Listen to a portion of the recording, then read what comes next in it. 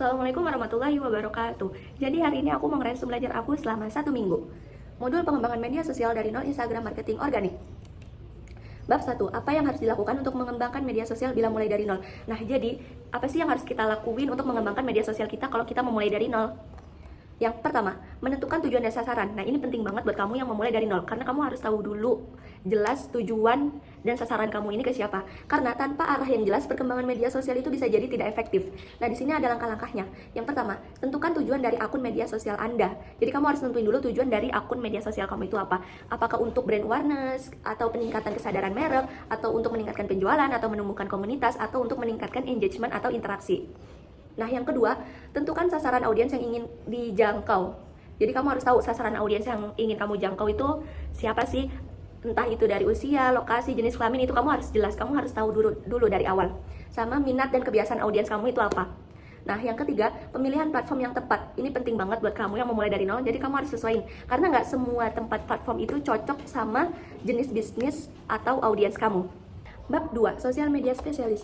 Jadi, apa itu admin sosial media spesialis? Admin sosial media spesialis adalah seorang profesional yang bertanggung jawab dalam merancang strategi, membuat konten dan mengelola akun media sosial sebuah bisnis atau brand untuk mencapai tujuan pemasaran digital. Nah, di sini ada tugas dan tanggung jawab kita sebagai admin sosial media spesialis. Antara lain, A, membuat strategi konten dan aktivasi sosial media. Nah, ini tugas kamu sebagai admin, karena untuk menyusun strategi media sosial yang sejalan dengan visi dan misi brand kamu, terus membuat kalender konten untuk menjaga konsistensi posting. Jadi biar semua jadwal-jadwal kita itu sudah terjadwalkan gitu loh. Jadi kapan mau ngeditnya, kapan mau postingnya itu sudah terjadwalkan. Dan itu juga biar konsisten, biar nggak acak-acakan semaunya sendiri. Terus merancang kampanye yang dapat meningkatkan engagement dan awareness. Yang B, berkolaborasi dengan tim konten dan tim desain. Nah, kamu sebagai admin juga harus berkolaborasi dengan tim konten dan tim desain. Karena untuk menghasilkan konten yang menarik dan menyusun brief agar desain dan copy kamu itu sesuai dengan citra brand. Nah, selanjutnya, mengevaluasi hasil konten sebelum publikasi. Nah, kamu sebagai admin juga harus mengevaluasi konten kamu kembali. Karena siapa tahu masih ada yang salah dan harus diperbaiki lagi. Atau fontnya mungkin ada yang nggak sesuai gitu. Atau logonya juga sama, dari warnanya juga gitu. Terus yang C, menganalisis tren dan performa sosial media. Nah, kamu sebagai admin juga wajib banget untuk mengikuti tren-tren terbaru, tren-tren terkini di berbagai platform media sosial. Kayak YouTube, TikTok, itu jangan sampai ketinggalan. Terus menggunakan analitik untuk menilai performa konten kamu. Mengadaptasi strategi berdasarkan data dan insight. Nah, ini kamu bisa lihat di dashboard kamu. Terus yang D, berinteraksi dengan audiens dan mengelola akun. Nah, kamu sebagai admin sosial media spesialis, kamu juga harus aktif di akun kamu, karena untuk interaksi kamu terhadap audiens, entah itu menanggapi komentar, pesan, dan pertanyaan dari pengguna. Jadi kalau mereka komen atau DM, kamu harus jawabnya tuh cepet, harus fast respon, jangan yang slow respon, karena mungkin mereka nggak suka yang slow respon ya. Terus aktif mengomentari posting akun populer untuk meningkatkan visibilitas. Nah, kamu juga harus aktif mengomentari posting-posting akun yang sudah terkenal, sudah populer gitu, yang udah centang biru, karena biar mereka tahu, oh ternyata ada brand kamu gitu. Dan membangun komunitas dan menjaga reputasi brand secara digital. Oke, kita lanjut yang ketiga, ada keahlian dan ilmu yang perlu dikuasai. Nah, poinnya ada A, marketing basic. Nah, di dalam marketing basic itu ada yang namanya customer journey. Customer journey atau penjualan pelanggan adalah proses yang menggambarkan semua langkah dan pengalaman yang dilalui oleh seorang pelanggan saat berinteraksi dengan suatu merek atau bisnis, mulai dari pertama kali mengenali produk hingga menjadi pelanggan setia, bahkan merekomendasikannya ke orang lain. Jadi customer journey ini adalah perjalanan pelanggan dari nol, yang awalnya dia tidak tahu, akhirnya dia tahu, dan akhirnya dia menjadi pelanggan setia kita karena mungkin produk kita itu bagus ya, yang kita berikan kepada pelanggan kita, dan akhirnya terus dia puas, dan akhirnya dia merekomendasikannya ke orang lain tanpa disuruh sama si yang punya akun ini gitu, karena dia sudah merasa puas gitu. Nah, itu yang dinamakan customer journey, jadi perjalanan pelanggan. Nah, di sini ada tahapan customer journey, umumnya dibagi menjadi 5 tahap. Nah, yang pertama, awareness, kesadaran. Nah, jadi di sini pelanggan mulai menyadari adanya suatu produk atau jasa yang bisa menyelesaikan masalah atau memenuhi kebutuhannya. Contoh, melihat iklan, posting media sosial, atau mendengar dari teman. Nah, jadi misalkan ada audiens nih, dia tuh lagi punya masalah kulit, dia lagi jerawatan gitu kan misalnya. Nah, dia tuh akhirnya dia tahu kan masalah dia itu jerawatan. Nah, jadi apa sih yang harus dia lakuin? Akhirnya dia cari-cari, dia ngeliat akun, karena dia pengen nyembuhin jerawatnya gitu loh. Nah, dia cari-cari lewat akun, ada nggak sih yang bisa menyelesaikan masalahnya tadi itu. Nah, yang kedua itu ada consideration, pertimbangan. Nah, di sini pelanggan mulai membandingkan berbagai pilihan produk atau layanan, membaca review, menonton testimoni, atau mengecek harga dan fitur. Nah, di sini si pelanggan tadi mungkin udah nemu ya, ada beberapa produk skincare yang bisa menyelesaikan masalahnya tadi. Tapi dia itu di sini sebelum dia membeli, dia itu membandingkan dulu dengan berbagai pilihan produk dan layanan. Dibaca dulu bagus yang mana gitu ya. Dengan cara membaca review atau menonton testimoni atau mengecek harga dan fitur. Nah, lanjut yang ketiga ada decision atau keputusan. Nah, di sini pelanggan itu mulai mengambil keputusannya dia tadi untuk membeli atau menggunakan layanan tertentu. Di sini penting adanya pengalaman pembelian yang mudah dan meyakinkan. Nah, jadi kita sebagai admin kita harus meyakinkan si pelanggan ini bahwa produk kita itu bagus, bisa menyelesaikan masalahnya itu tadi. Nah, di sini yang keempat ada retention atau retensi. Nah, di sini setelah membeli, pelanggan itu mengalami produk atau jasa tersebut. Jika puas, mereka cenderung kembali membeli. Di sini penting untuk memberikan dukungan atau layanan pelanggan yang baik atau loyalty program. Nah, di sini mungkin si pelanggan tadi kan udah mempertimbangkan kan, dia tuh udah ngambil keputusan. Nah, akhirnya dia pilih brand kita dan mungkin brand kita itu bagus, kita bisa menyelesaikan masalahnya. Nah, akhirnya karena bagus, terus dia akhirnya jadi pelanggan yang setia dan kan dia udah jadi pelanggan yang setia nih. Jadi kita harus memberikan dukungan layanan yang terbaik.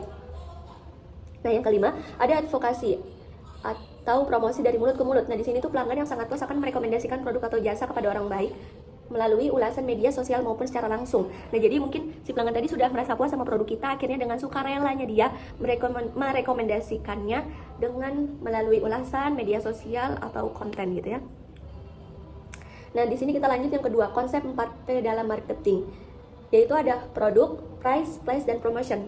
Nah, produk itu memahami detail produk yang dipasarkan. Jadi kita sebagai admin tuh harus tahu, kita harus memahami detail produk kita itu yang dipasarkan, apa kegunaannya, apa manfaatnya, apa keunggulannya gitu. Nah, di sini price itu menentukan strategi harga yang kompetitif. Nah, kita juga harus tahu nih harga-harganya yang mungkin biasanya yang diskon-diskon itu berapa persen, itu juga harus disesuaikan sama barang kita. Atau yang ambil paket itu juga harus kita sesuaikan harganya sama kualitas produk kita gitu. Terus yang ketiga ada place, menyusun distribusi konten yang efektif. Nah, di sini kita juga harus nentuin kita mau jual di online apa di offline. Kalau di online kita harus cari tahu di mana tempat kita mau jualan. Sama juga gitu ya, online dan offline. Yang keempat ada promotion, menjalankan promosi secara kreatif dan terukur. Jadi kita bisa mempromosikan produk kita itu lewat berbagai platform kayak YouTube, TikTok, Instagram gitu ya. Terus yang B, anatomi konten sosial media. Di sini ada copywriting. Nah, copywriting ini adalah menulis caption yang menarik dan persuasif. Jadi copywriting itu kayak caption yang mengajak audiens itu untuk melakukan sesuatu, kayak untuk mendaftar atau sekedar tertarik atau untuk mencet linknya gitu. Nah, terus ada graphic design, dan di sini memahami unsur visual yang kuat untuk sosial media. Terus video production, membuat dan mengedit video untuk meningkatkan keterlibatan audiens. Terus lanjut yang C, eksplorasi berbagai platform. Nah, di sini kita juga harus menyesuaikan konten dan strategi kita itu mau di-post di mana, untuk Instagram, TikTok, Facebook, Twitter, dan lainnya. Karena nggak semua platform itu cocok sesuai dengan bisnis kamu. Biasanya kalau di Instagram itu buat personal branding gitu ya. Nah, kalau di TikTok biasanya untuk jualan-jualan kayak gitu. Terus memahami algoritma dan best practice masing-masing platform. Jadi kamu harus paham algoritma di berbagai platform gitu, kayak di Instagram, TikTok, YouTube gitu. Lanjut yang keempat, ada mengapa perusahaan membutuhkan admin sosial media spesialis. Karena untuk brand awareness.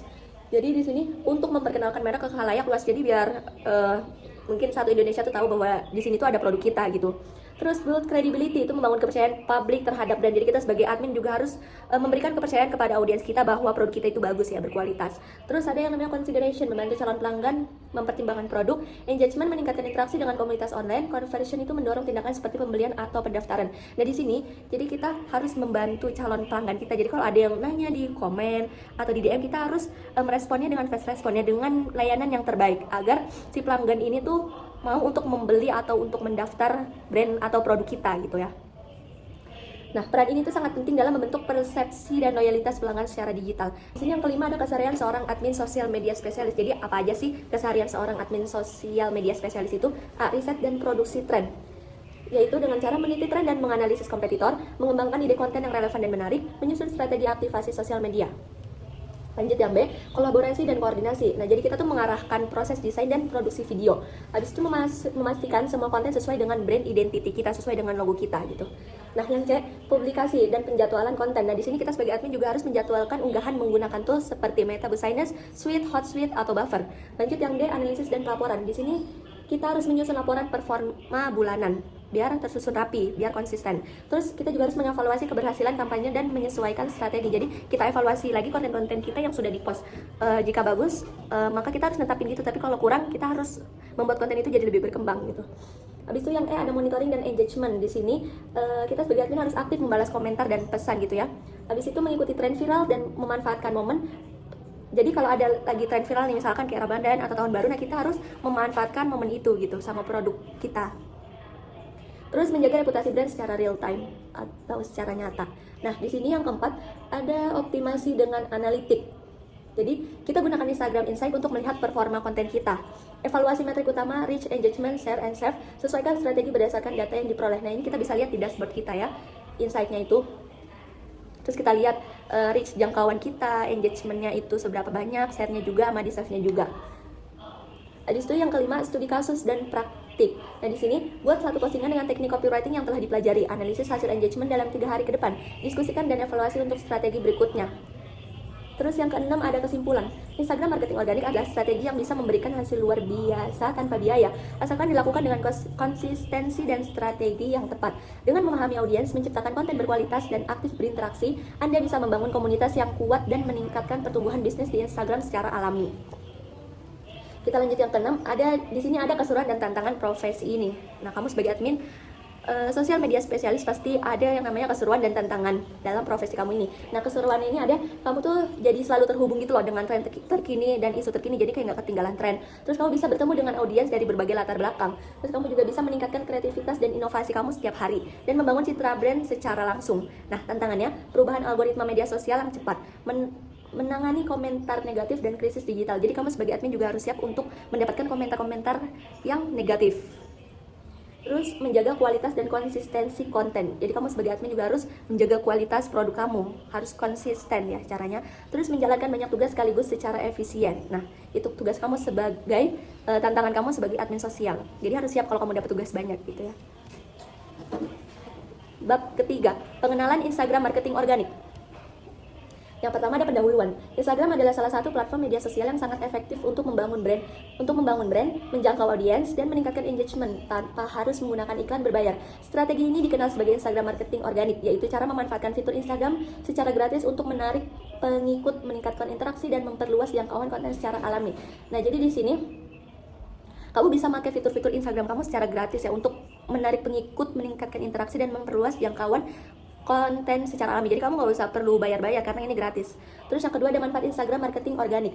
Poinnya ada meningkatkan kredibilitas brand secara alami. Jadi kamu meningkatkan kepercayaan kepada audiens kamu itu secara alami. Terus memperoleh pengikut yang lebih loyal dan tertarget. Meningkatkan interaksi dengan audiens tanpa biaya, membangun komunitas yang solid di sekitar brand, mengoptimalkan algoritma Instagram untuk jangkauan yang lebih luas. Nah, di sini kamu bisa memperoleh pengikut kamu gitu ya, yang sukarela mau mengikuti kamu gitu. Yang ketiga, komponen utama Instagram marketing organik. Profil yang optimal. Gunakan foto profil yang profesional atau representatif. Jadi kalau kamu mau buat suatu brand, mau bangun bisnis nih, kamu harus kasih foto profil yang mencerminkan itu tuh diri kamu gitu lah, yang profesional. Biar orang tuh tahu gitu, biar jelas. Tulis bio yang menarik dan jelas dengan CTA atau call to action. Jadi kamu kasih bio yang mengajak audiens itu melakukan sesuatu, seperti mendaftar atau sekedar tertarik, atau pencet link website kayak gitu. Terus B, konten berkualitas. Nah, di sini yang pertama ada jenis konten yang efektif. Jadi kayak postingan edukatif atau inspirasi dan storytelling, tutorial atau tips praktis, carousel untuk informasi yang lebih mendalam, reels untuk meningkatkan jangkauan lebih cepat. Terus yang kedua, konsistensi dalam posting. Nah, kamu sebagai admin juga harus konsisten loh dalam memposting akun, biar akun kamu juga makin berkembang gitu produknya. Buat kalender konten, gunakan berbagai format, gambar, video, carousel. Nah, di sini kamu jadinya nggak harus kayak kalau ngepost tuh gambar-gambar terus, video-video terus.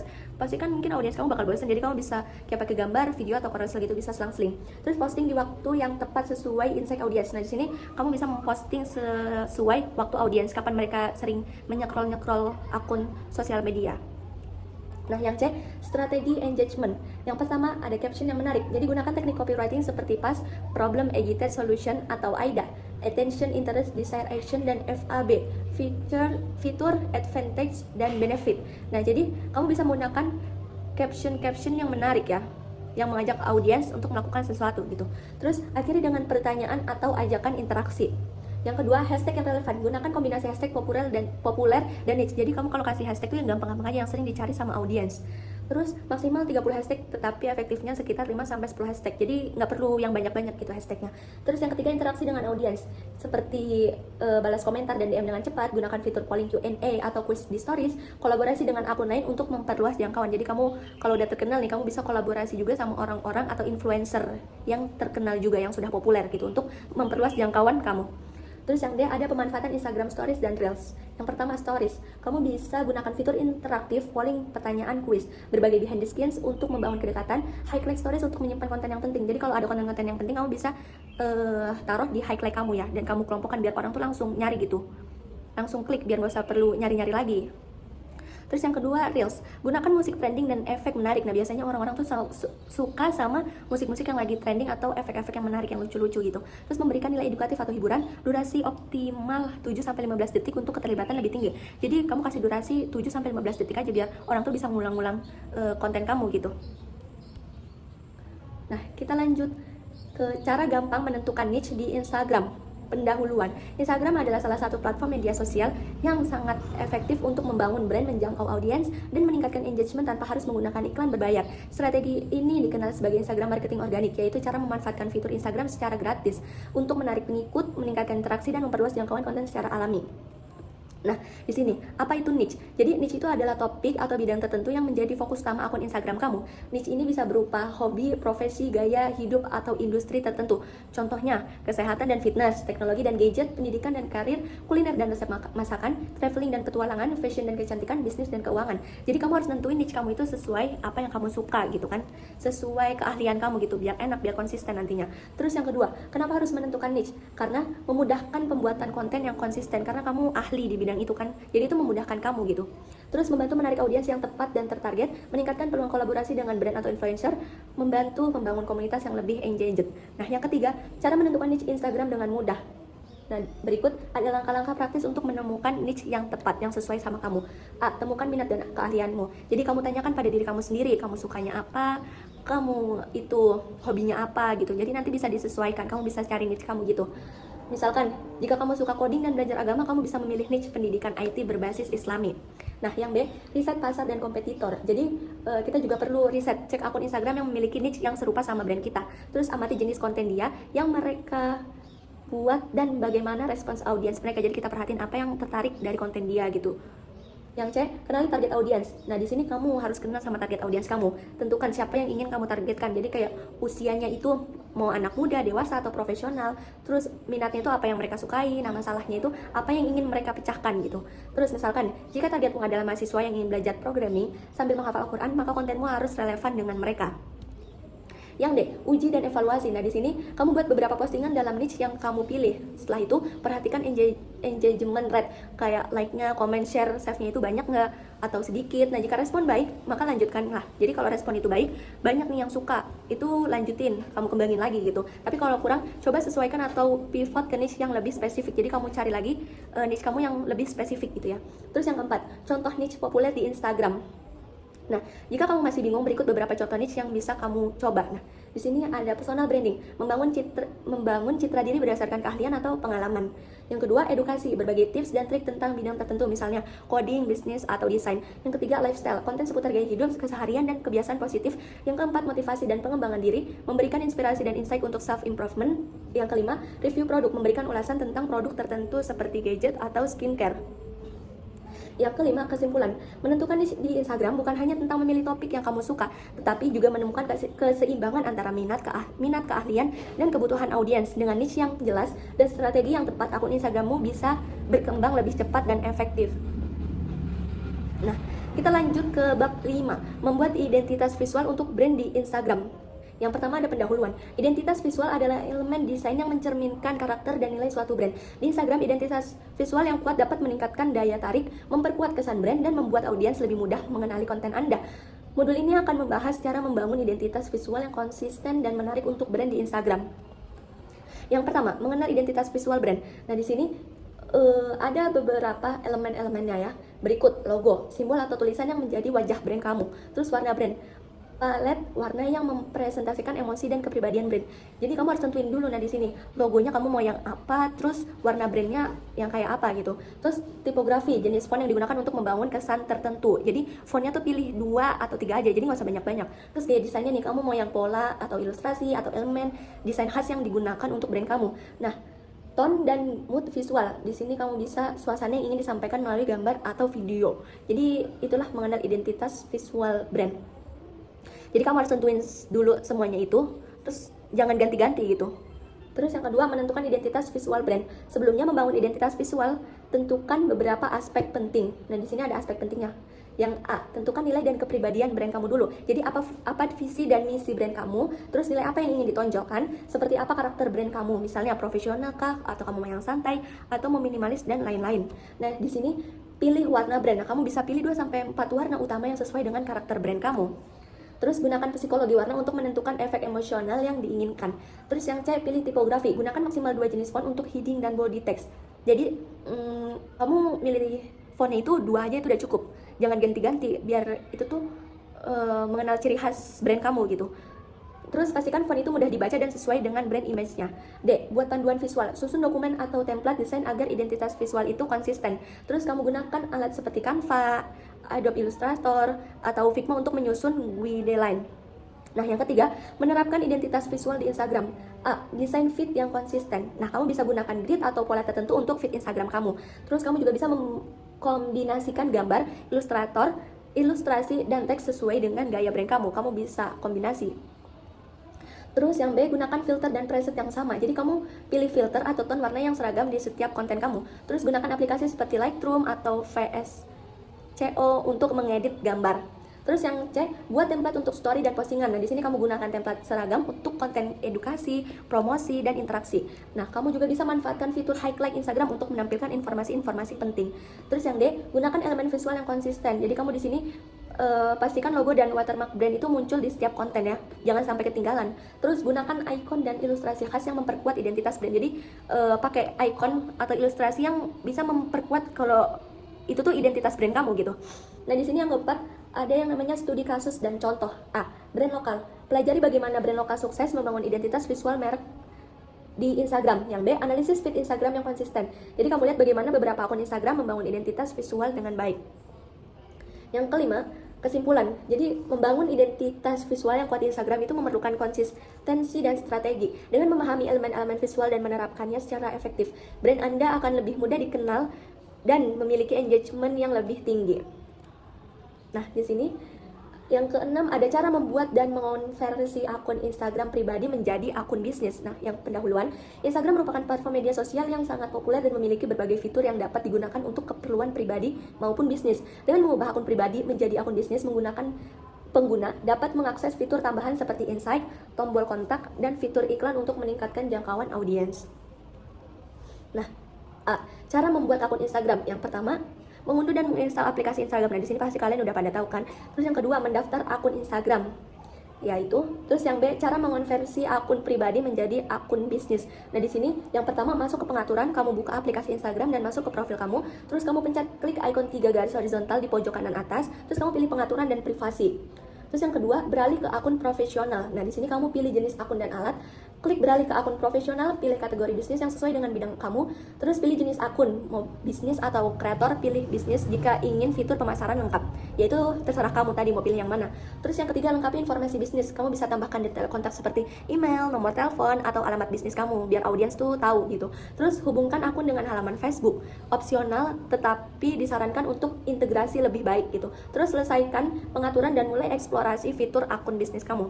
Nah, di sini yang C, ada manfaat akun Instagram bisnis. Jadi manfaatnya itu ada akses ke Instagram Insight itu melihat data statistik tentang pengikut dan performa postingan. Fitur iklan Instagram membantu dalam promosi konten dan meningkatkan engagement. Nah, di sini fitur iklan Instagram itu penting banget karena untuk mempromosiin konten kamu gitu ya, biar lebih terkenal. Terus tombol kontak. Tombol kontak ini memudahkan pelanggan untuk menghubungi bisnis kamu bagi mereka yang mau informasi lengkap. Terus kategori bisnis. Nah, kategori bisnis ini membantu calon pelanggan itu memahami bidang bisnis kamu itu. Nah, kesimpulannya, mengonversi akun Instagram pribadi menjadi akun bisnis memberikan banyak keuntungan, terutama bagi Anda yang ingin memanfaatkan platform ini untuk keperluan profesional. Dengan fitur tambahan seperti insight dan iklan, Anda bisa lebih mudah menjangkau audiens yang lebih luas dan meningkatkan efektivitas strategi pemasaran Anda. Lanjut ke bab 7. Di sini ada pentingnya akun profesional Instagram bisnis dan kreator. Pendahuluan. Instagram adalah salah satu platform media sosial terbesar di dunia yang digunakan untuk berbagai keperluan, baik personal, bisnis, maupun konten kreator. Dengan adanya fitur akun profesional, pengguna dapat memanfaatkan berbagai alat yang membantu dalam pengelolaan bisnis dan pembuatan konten. Dalam modul ini, kita akan membahas pentingnya akun profesional Instagram bagi bisnis dan kreator serta manfaat yang didapatkan dari masing-masing jenis akun. Nah, di sini yang A, jenis akun profesional Instagram. Instagram menyediakan dua jenis akun profesional yang dapat dipilih sesuai dengan kebutuhan kita. Yang pertama ada akun bisnis dan yang kedua akun kreator. Nah, di sini akun bisnis ini cocok untuk perusahaan, usaha kecil, dan brand yang ingin memperluas jangkauan audiens serta meningkatkan strategi pemasaran. Yang kedua itu tadi akun kreator. Nah, di sini ditujukan bagi individu seperti influencer, konten kreator, artis, atau public figure yang ingin mengembangkan personal branding dan membangun komunitas. Nah, di sini sesuai kebutuhan kamu mau pilih yang ke akun bisnis atau akun kreator ya. Terus yang B, manfaat akun profesional Instagram. Yang pertama, ada akses ke Instagram Insight. Di sini poinnya ada melihat statistik dan performa postingan story dan reels. Terus kamu juga mengetahui demografi audiens seperti usia, lokasi, dan waktu aktif. Mengukur engagement dan interaksi dengan pengikut. Nah, jadi di akses Instagram Insight itu ada yang namanya dashboard. Nah, kamu bisa melihat ini semua di sana. Terus yang kedua, fitur promosi dan iklan Instagram. Nah, di sini ada kemampuan untuk menjalankan iklan berbayar guna meningkatkan jangkauan. Jadi kalau mungkin kamu ingin lebih dikenal nih, kamu bisa pakai fitur promosi dan iklan Instagram ini tapi berbayar ya. Terus menargetkan audiens tertentu berdasarkan minat, lokasi, dan perilaku. Terus memudahkan dalam meningkatkan konversi dari kunjungan profil ke penjualan. Terus yang ketiga ada tombol kontak dan informasi bisnis. Nah, di sini kamu menyediakan tombol email, telepon, atau alamat yang memudahkan pelanggan itu dalam menghubungi bisnis kamu. Terus yang poin selanjutnya meningkatkan kredibilitas atau kepercayaan dan profesionalitas akun. Nah, yang keempat, fitur shopping dan monetisasi. Nah, di sini ada yang namanya Instagram Shopping. Jadi memungkinkan bisnis untuk menandai produk dalam postingan dan story kamu. Terus di sini juga ada fitur monetisasi. Jadi akun kreator itu bisa mendapatkan penghasilan dari konten dengan fitur sebagai seperti Badges, brand collaboration dan IGTV dan lain sebagainya. Dan IGTV ADS. Nah, yang kelima, kategori akun yang jelas. Nah, kamu di sini itu bisnis dapat menampilkan kategori industri atau layanan mereka. Terus kreator itu dapat memilih kategori yang sesuai dengan niche mereka seperti blogger, musisi, atau vlogger. Nah, di sini kamu kategori akun kamu sesuaiin sesuai niche kamu ya. Terus yang keenam, penyusunan konten yang lebih efektif. Jadi kamu bisa mengatur jadwal posting dengan alat Creator Studio. Terus menyusun strategi konten yang lebih baik dengan bantuan data analitik dan memanfaatkan fitur save replies untuk membalas DM kamu lebih cepat. Nah, yang lanjut yang ke C, di sini itu ada perbedaan akun bisnis versi akun kreator. Nah, di sini fiturnya insight dan analistik. Di sini dia bisa pakai ke akun bisnis, bisa juga ke akun kreator. Kalau tombol kontak dia juga bisa dua-duanya. Instagram Shopping dia cuma bisa akun bisnis, tapi akun kreatornya dia nggak bisa. Monetisasi ads, badges, dan lain sebagainya dia nggak bisa di akun bisnis, dia cuma bisa di akun kreator. Nah, penyusunan konten dan kreator studio dia bisa di dua-duanya. Terus fitur DM save replies dia juga bisa di dua-duanya. Nah, kesimpulannya, beralih ke akun profesional Instagram memberikan banyak keuntungan baik untuk bisnis maupun kreator dengan fitur tambahan seperti insight, iklan, monetisasi, dan shopping. Pengguna bisa lebih mudah mengembangkan akun mereka secara strategis. Pemilihan antara akun bisnis atau kreator harus disesuaikan dengan tujuan utama pengguna. Apakah ingin menjual produk atau membangun personal brand kamu? Nah, di sini ada cara menggunakan kata kunci di Instagram profile pendahuluan. Nah, pendahuluannya, Instagram adalah salah satu platform media sosial terbesar yang digunakan untuk personal branding bisnis dan komunitas. Salah satu faktor penting dalam meningkatkan visibilitas akun adalah dengan menggunakan kata kunci yang tepat di profile Instagram. Dalam modul ini, kita akan membahas secara efektif menggunakan kata kunci agar akun lebih mudah ditemukan oleh pengguna lain. Nah, pengertian kata kunci Instagram. Jadi apa sih kata kunci Instagram? Dia itu adalah istilah atau frasa yang sering dicari oleh pengguna. Dengan menggunakan kata kunci yang relevan di profil akun Anda memiliki peluang lebih besar untuk muncul dalam hasil pencarian. Nah, yang B, area strategis untuk menempatkan kata kunci di profil Instagram seperti nama pengguna atau username. Nah, jadi di sini memungkinkan masukkan kata kunci yang relevan dalam username kamu. Terus contohnya, jika Anda seorang fotografer, username seperti foto Jogja bisa lebih efektif dibanding John. Jadi kamu tuh kasih nama akun tuh jangan yang susah-susah gitu, jadi yang bisa dicari, yang sering dicari sama orang-orang aja ya. Habis itu yang kedua, nama di bio atau name section. Nah di sini Instagram memungkinkan pencarian berdasarkan nama. Masukkan kata kunci utama yang mencerminkan bidang kamu. Terus contohnya digital marketing aspek, ads, specialist. Yang ketiga, bio Instagram. Dan di sini kamu gunakan kata kunci yang berhubungan dengan niche atau bisnis kamu. Terus contohnya untuk bisnis fashion, toko fashion kekinian, outfit trend, buka reseller. Jadi kita tuh harus ngasih tuh yang jelas gitu biar audiens tuh gampang nyarinya. Terus yang keempat, kategori akun. Pilih kategori yang sesuai dengan industri atau bidang kamu. Terus contohnya blogger, bisnis, lokasi, kreator digital, toko online. Nah, kamu sesuaiin sendiri ya. Habis itu yang kelima, hashtag dan kata kunci di bio. Instagram mengizinkan penggunaan hashtag di bio untuk meningkatkan keterlihatan. Contohnya, jasa desain, social media expert, skincare halal. Nah, hashtag ini disesuaikan sama niche kamu tadi. Terus yang keenam ada link dan call to action atau CTA. Nah, di sini gunakan kata kunci dalam deskripsi link untuk memperjelas tujuan profil kamu. Contohnya, dapatkan strategi digital gratis di sini dengan link ke website atau blog. Nah, yang C ini ada tips optimasi kata kunci untuk profil Instagram. Yang pertama, gunakan bahasa yang sering dicari oleh target audiens. Jadi carinya yang gampang-gampang aja, jangan yang susah-susah. Terus kombinasikan kata kunci utama dengan variasi yang alami. Perbarui profil secara berkala sesuai dengan tren dan perubahan algoritma. Jadi kita juga harus menyesuaikan tren ya, karena algoritma itu cepat berubah. Terus gunakan emoji secara strategis untuk menarik perhatian. Jadi kamu juga bisa pakai emoji untuk menarik perhatian audiens ya. Terus jaga kesesuaian dengan konten yang Anda posting. Nah, di sini kesimpulannya, menggunakan kata kunci di profil Instagram dengan tepat dapat meningkatkan visibilitas dan peluang akun ditemukan oleh lebih banyak orang. Dengan mengoptimalkan bagian-bagian penting seperti nama, bio, kategori, dan hashtag, Anda bisa menarik lebih banyak pengikut yang tertarget. Oke, cukup sekian resume aku selama belajar 1 minggu. Kurang lebihnya aku mohon maaf. Terima kasih sudah mendengarkan. Wassalamualaikum warahmatullahi wabarakatuh.